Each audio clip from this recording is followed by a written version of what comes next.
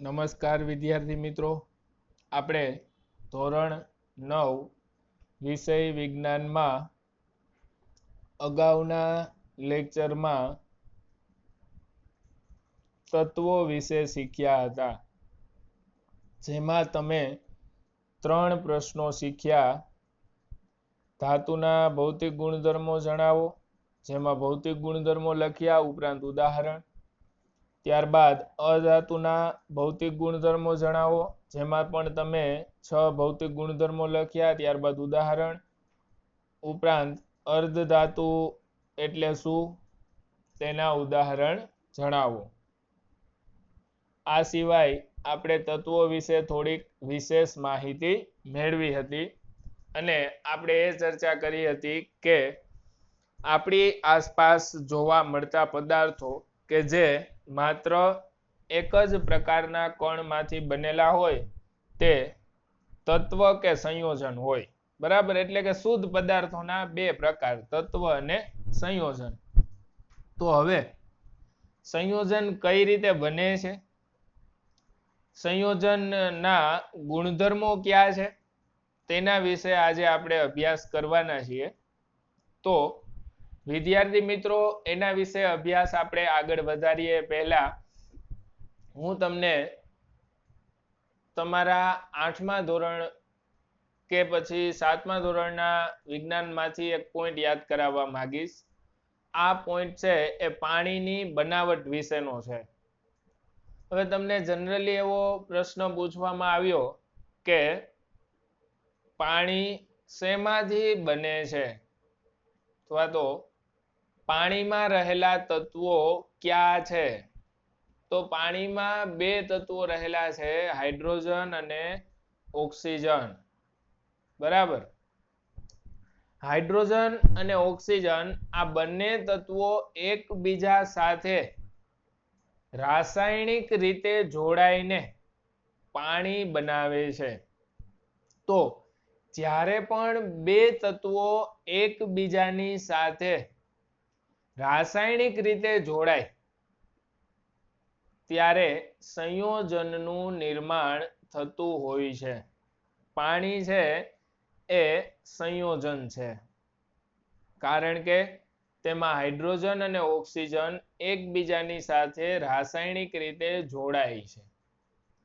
તો તમને પ્રશ્ન થઈ શકે વિદ્યાર્થી મિત્રો કે સર, હવા છે એ સંયોજન ન કહેવાય?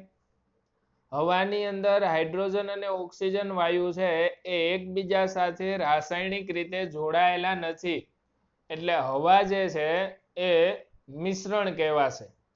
પણ પાણીમાં હાઇડ્રોજન અને ઓક્સિજન વાયુ જે છે એ એકબીજાની સાથે રાસાયણિક રીતે જોડાયેલા છે. તો 2 કે તેથી વધારે તત્વો એકબીજા સાથે રાસાયણિક રીતે જોડાઈને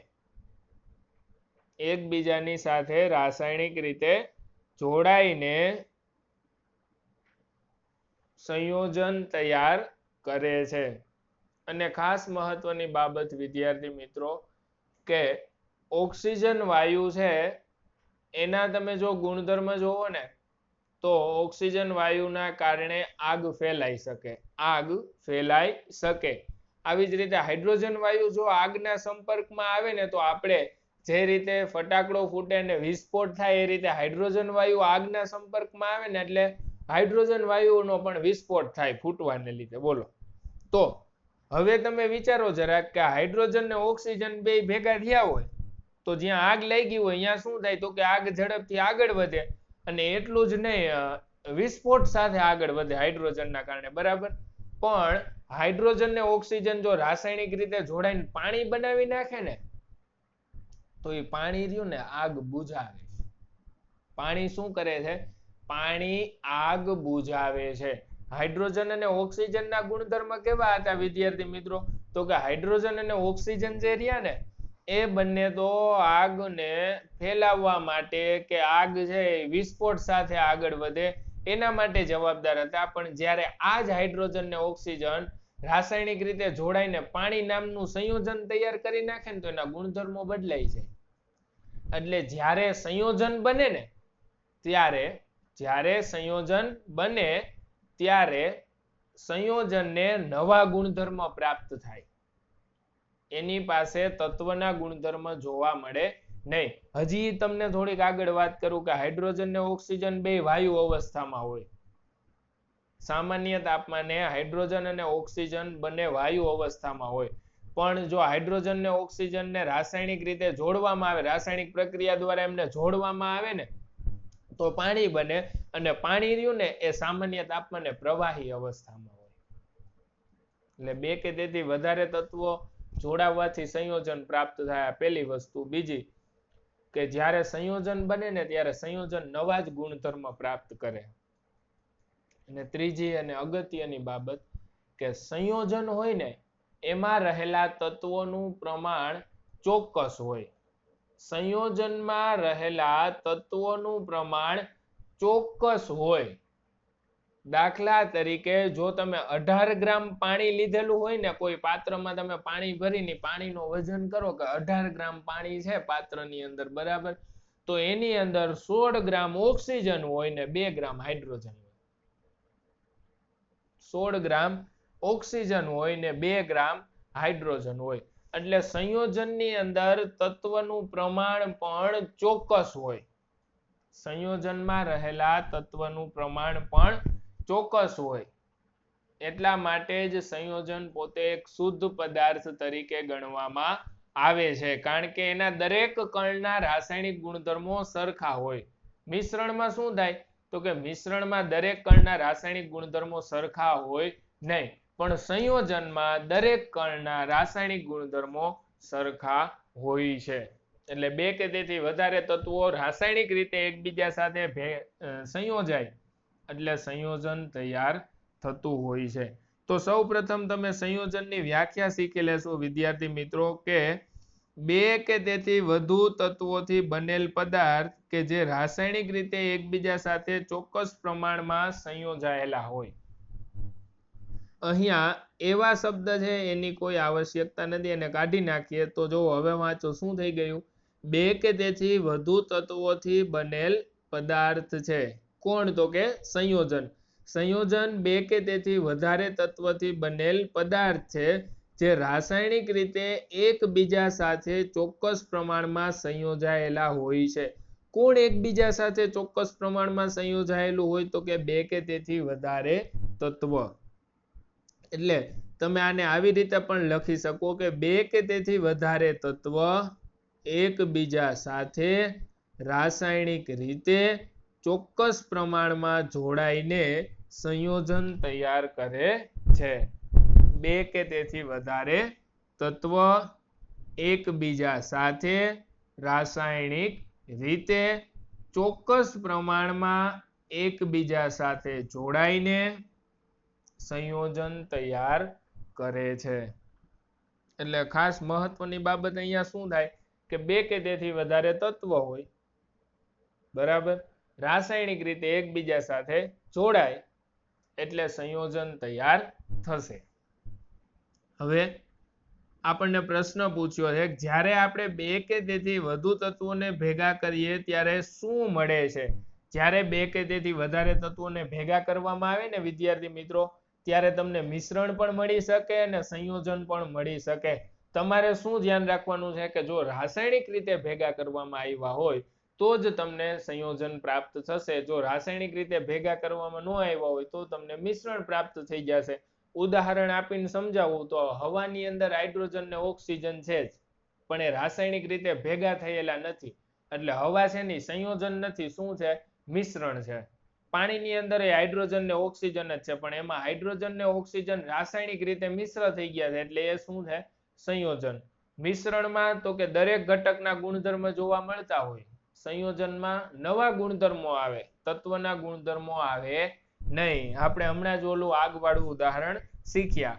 હવે આગળની જે પ્રવૃત્તિ છે વિદ્યાર્થી મિત્રો એ તમે કેન્સલ કરી નાખશો.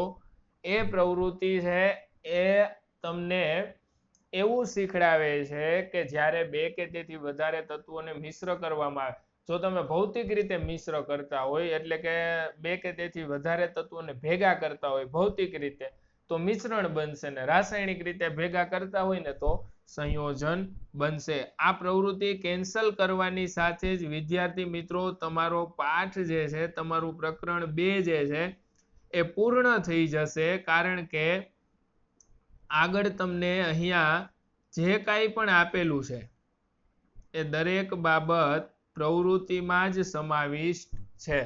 પણ ચાલો તો પ્રકરણ પૂર્ણ થઈ ગયું. તો આ સિવાય પ્રકરણમાંથી હજી આપણે એક બાબત જે છે એને ધ્યાનમાં લેવાની છે. એ આપણો 3 માર્કનો IMP પ્રશ્ન છે. 3 માર્ક માટેનો IMP પ્રશ્ન છે વિદ્યાર્થી મિત્રો. અહીંયા તમને જે તફાવત દેખાય છે તે તફાવત તમારો 3 માર્કનો 3 ગુણનો IMP પ્રશ્ન છે. આજના લેક્ચરમાં તમે તમારા ક્લાસ વર્કની નોંધ તરીકે આ તફાવત લખવાના છો, જેનું ટાઇટલ આવશે તફાવત લખો મિશ્રણ અને સંયોજન. તો તત્વો વિશે શીખ્યા બાદ માત્ર સંયોજનની એક વ્યાખ્યા, જેવી એ વ્યાખ્યા પૂર્ણ થાય એટલે પ્રવૃત્તિ કેન્સલ કરશો એટલે તમે સીધા તફાવત ઉપર આવશો અને તફાવત પછી જે બાબત ટેક્સ્ટબુકમાં પાઠ્યપુસ્તકમાં આપેલી છે એ પણ પ્રવૃત્તિની જ છે, જે પણ કેન્સલ થઈ જશે. એટલે વધ્યું એકમાત્ર તમારો અહીંયા તફાવત જે છે. તફાવત આપો મિશ્રણ અને સંયોજન. વિદ્યાર્થી મિત્રો, મિશ્રણ અને સંયોજનનો તફાવત તમારા માટે 3 ગુણનો ખાસ મહત્વનો પ્રશ્ન છે. એ આપણે એક એક પોઈન્ટથી સમજતા જઈશું. સૌ પ્રથમ મિશ્રણની વાત કરીએ તો તત્વ અથવા સંયોજન એકબીજા સાથે મિશ્ર થઈને મિશ્રણ બનાવે છે. આગળની લાઈન કાઢી નાખશું, પરંતુ કોઈ નવા સંયોજનનું નિર્માણ થતું નથી. એ લાઈન છે એ કાઢી નાખશું. માત્ર શું લખશું તો કે તત્વો અથવા સંયોજન એકબીજા સાથે મિશ્ર થઈ અને મિશ્રણ બનાવે છે. મિશ્ર થવું એટલે ભૌતિક રીતે ભળવું. તત્વ કે સંયોજન એકબીજા સાથે ભૌતિક રીતે જોડાય એટલે મિશ્રણ તૈયાર થાય. બરાબર. તો તત્વ હોય તો પણ ભલે ને સંયોજન હોય તો પણ ભલે. દાખલા તરીકે પાણી અને ખાંડ બંને સંયોજન છે. એને જો એકબીજા સાથે મિશ્ર કરો તો એ ખાંડનું દ્રાવણ બન્યું છે, મિશ્રણ છે. બરાબર. આવી જ રીતે હાઇડ્રોજન અને ઓક્સિજન બંને છે એ તત્વ છે.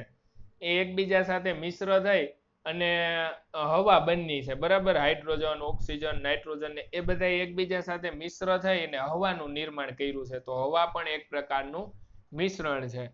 એટલે કે તત્વ અથવા સંયોજન એકબીજા સાથે મિશ્ર થાય એટલે કે ભૌતિક રીતે જોડાય તો મિશ્રણ બને છે.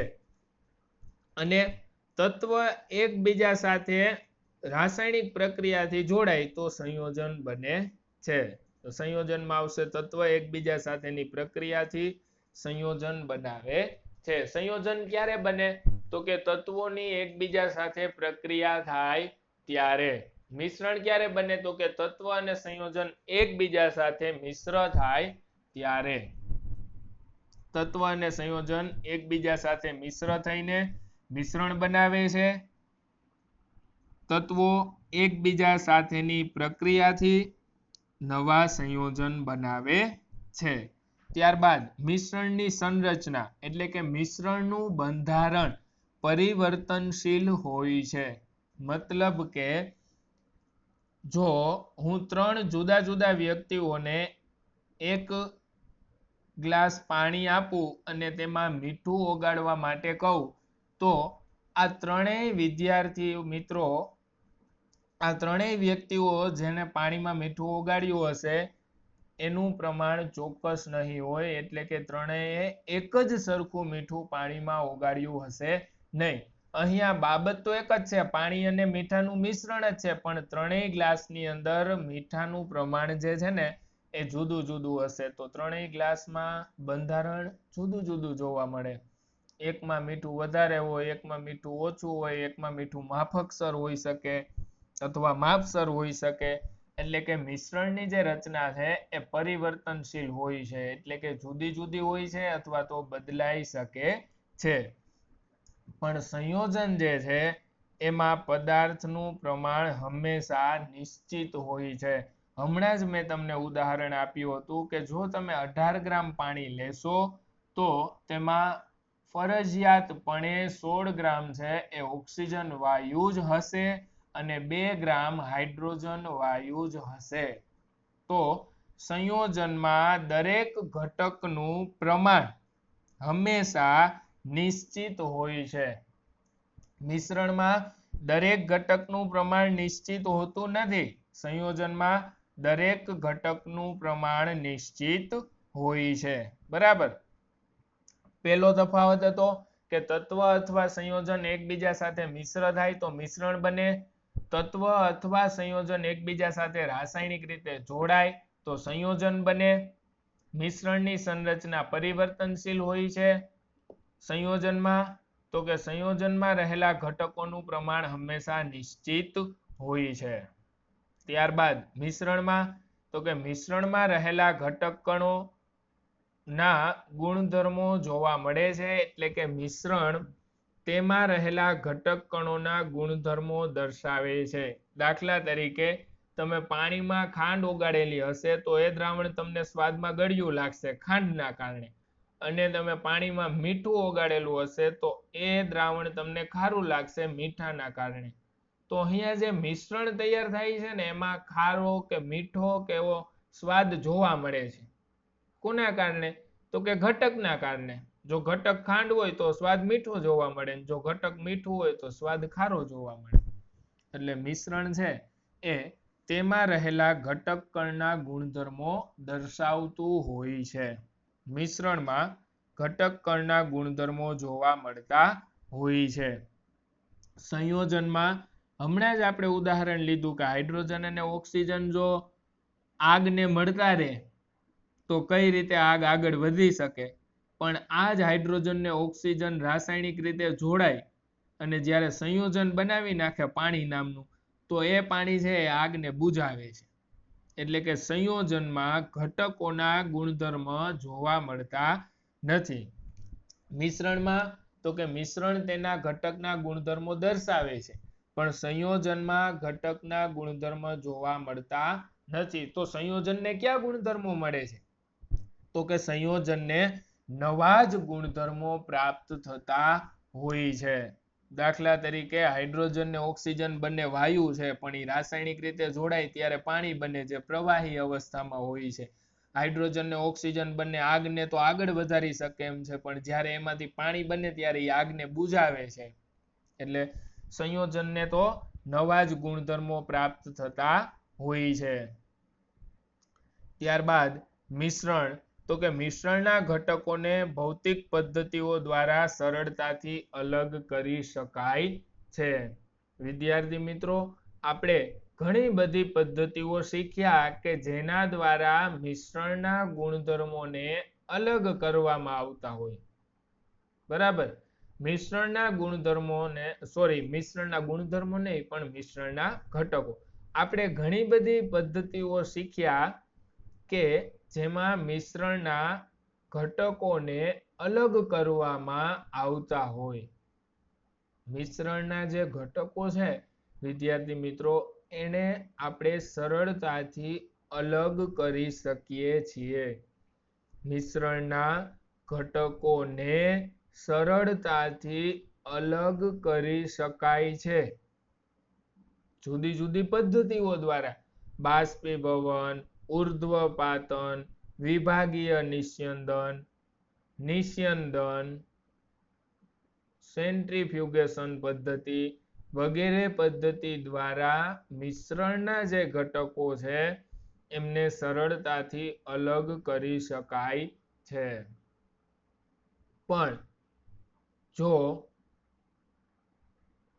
સંયોજનના ઘટકોને અલગ કરવા હોય તો રાસાયણિક અથવા વીજ રાસાયણિક પ્રક્રિયાનો સહારો લેવો પડે છે.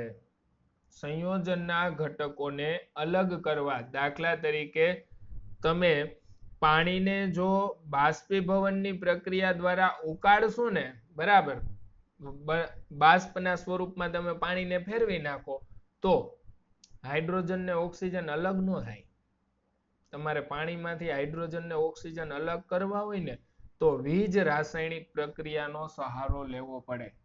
એટલે સંયોજનના ઘટકોને અલગ કરવા માટે રાસાયણિક અથવા વીજ રાસાયણિક પ્રક્રિયાઓ છે. હવે અહીંયા જે પાઠ્યપુસ્તકમાં તમને તમારી ડિસ્પ્લે પર જે હાલમાં દેખાય છે આ તફાવત ના શબ્દો યાદ રાખવા થોડાક ડિફિકલ્ટ છે. એટલે મિશ્રણ અને સંયોજનનો તફાવત જે છે એના 4 પોઈન્ટ હું એક પછી એક બોલતો જાઉં છું. અહીંયાથી હું જે બોલું છું એ સાંભળીને તમે સૌ કોઈ વિદ્યાર્થી મિત્રો તમારો તફાવત લખી લેશો. બરાબર, ચાલો શરૂઆત કરીએ. પેલા મિશ્રણનો પોઈન્ટ બોલીશ, એ પોઈન્ટ બોલાઈ જાય એટલે સંયોજનનો પોઈન્ટ, ફરી પાછો નવો પોઈન્ટ મિશ્રણનો, ફરી પાછો સંયોજનનો પોઈન્ટ. તો મિશ્રણમાં પેલો પોઈન્ટ, તત્વ અથવા સંયોજન એકબીજા સાથે મિશ્ર થઈને મિશ્રણ બનાવે છે.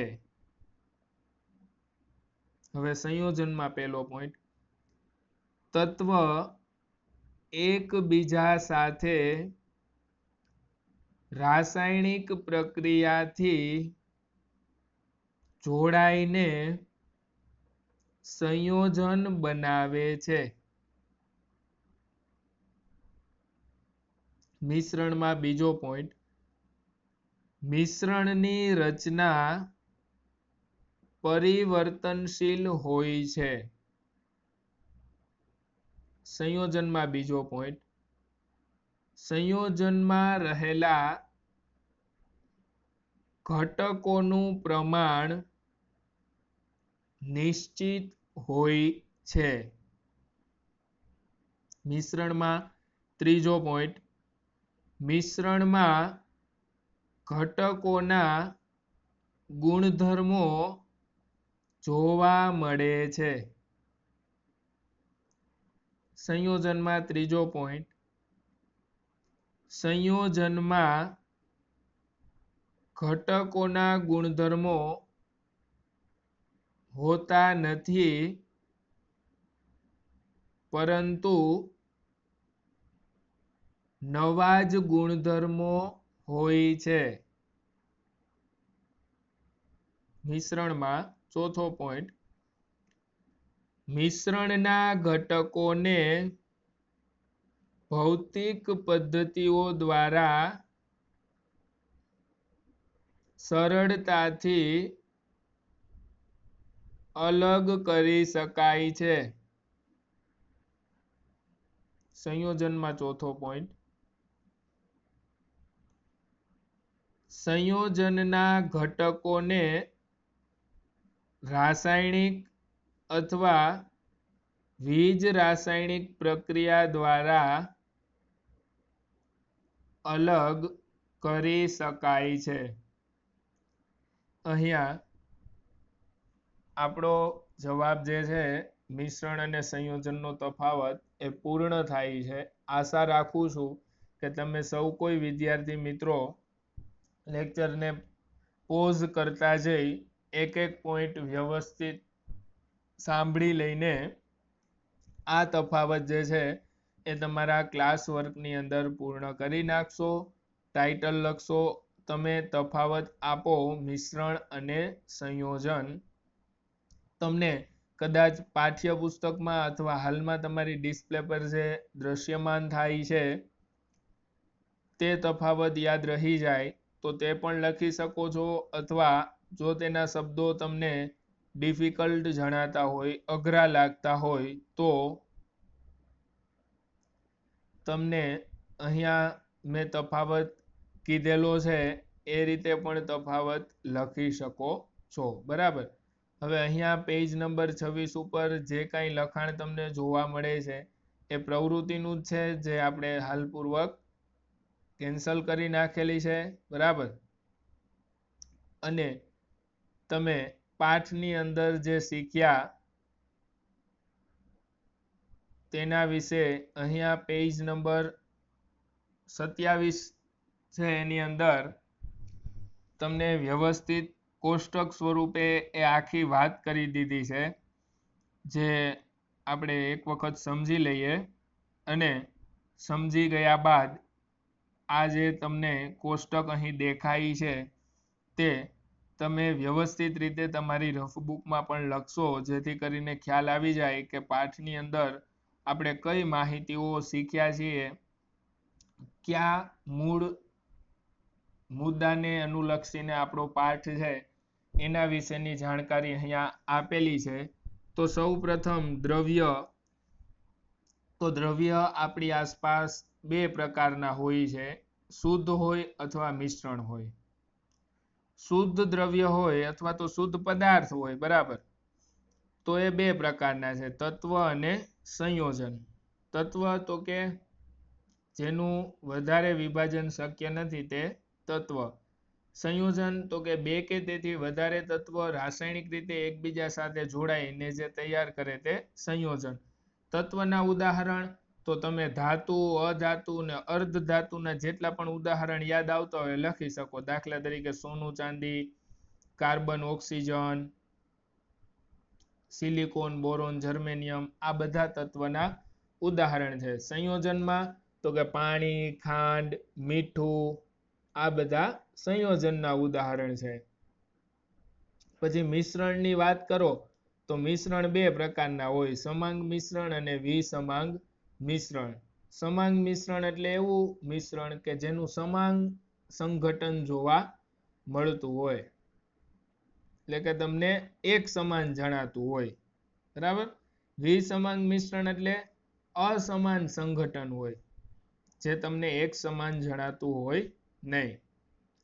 દાખલા તરીકે પાણીમાં ખાંડ ઓગાળો, બરાબર, ખાંડ સંપૂર્ણપણે ઓગળી જાય તો એ મિશ્રણ તમને એક સમાન છે એવું જણાશે. પણ રેતી અને મીઠું મિશ્ર કરેલા હોય કે ખાંડ અને મીઠું મિશ્ર કરેલા હોય, પાણી અને તેલ મિશ્ર કરેલા હોય, તો એ મિશ્રણ તમને એક સમાન જણાશે નહીં. એટલે બંનેના સમાંગ મિશ્રણ અને વિસમાંગ મિશ્રણના ઉદાહરણો પણ અહીંયા આપેલ છે. તો અહીંયા જે આ ચાર્ટ દેખાય છે, બરાબર, આ જ રીતે ચાર્ટને તમે તમારી રફબુકમાં લખશો. ઉપરાંત અહીંયા તમે શું શીખ્યા, વોટ યુ હેવ લર્ન્ડ, તેના વિશેની વાત કરેલ છે, જેમાં તમે પાઠમાં શીખેલા થોડા પોઈન્ટ વિશે માહિતી આપેલી હોય છે, ટૂંકમાં માહિતી આપેલી હોય છે. આ માહિતીને તમારે જેવો તમારો ક્લાસ વર્કની અંદર તફાવતનો સેક્શન પૂર્ણ થાય, તફાવત લખો, મિશ્રણ અને સંયોજન, ત્યારબાદ વોટ યુ હેવ લર્ન્ડ, તમે શું શીખ્યા, આ માહિતીને તમારે એક એક પોઈન્ટ વ્યવસ્થિત રીતે તમારા ક્લાસ વર્કમાં લખવાનો રહેશે. અહીંયા સ્વાધ્યાય સુધી લખવાનું થશે, એટલે કે તમારો છેલ્લો પોઈન્ટ જે છે એ સંયોજનના ગુણધર્મ તેમાં રહેલા ઘટક તત્વોના ગુણધર્મથી અલગ હોય છે, જ્યારે મિશ્રણના ગુણધર્મ તેમાં રહેલા ઘટક તત્વ કે સંયોજનના ગુણધર્મ જેવા જ હોય છે. ત્યાં સુધીની બાબત તમારે લખવાની થશે, બરાબર. તો તમે શું શીખ્યા એ તમારે ક્લાસ વર્કમાં જ લખવાનું છે. અહીંયા જે તમને ચાર્ટ આપેલો છે એ રફબુકમાં લખવાનો છે, અને મિશ્રણ અને સંયોજનનો જે તફાવત છે એ ક્લાસ વર્કમાં લખવાનો છે. અહીંયા આપણું પ્રકરણ 2 પૂર્ણ થાય છે. ફરી પાછા આપણે નવા લેક્ચરમાં નવા પ્રકરણ સાથે મળીશું. ત્યાં સુધીમાં તમે વ્યવસ્થિત રીતે પાઠ્યપુસ્તકમાંથી આ પ્રકરણની દરેક બાબતોને વાંચી જાઓ. જેટલું પણ આઈએમપી કીધેલું છે આ માહિતીને રિવાઇઝ કરી લ્યો. જેટલું ક્લાસ વર્કમાં લખવા માટે આપેલ છે અને વ્યવસ્થિત રીતે પૂરું રાખો, બરાબર. નવા વિડીયોમાં આપણે મળીશું નવા પ્રકરણની સાથે. ત્યાં સુધીમાં તમને આપેલું વર્ક છે એ પૂર્ણ કરી રાખજો. ચાલો મળીએ છીએ નવા લેક્ચરમાં.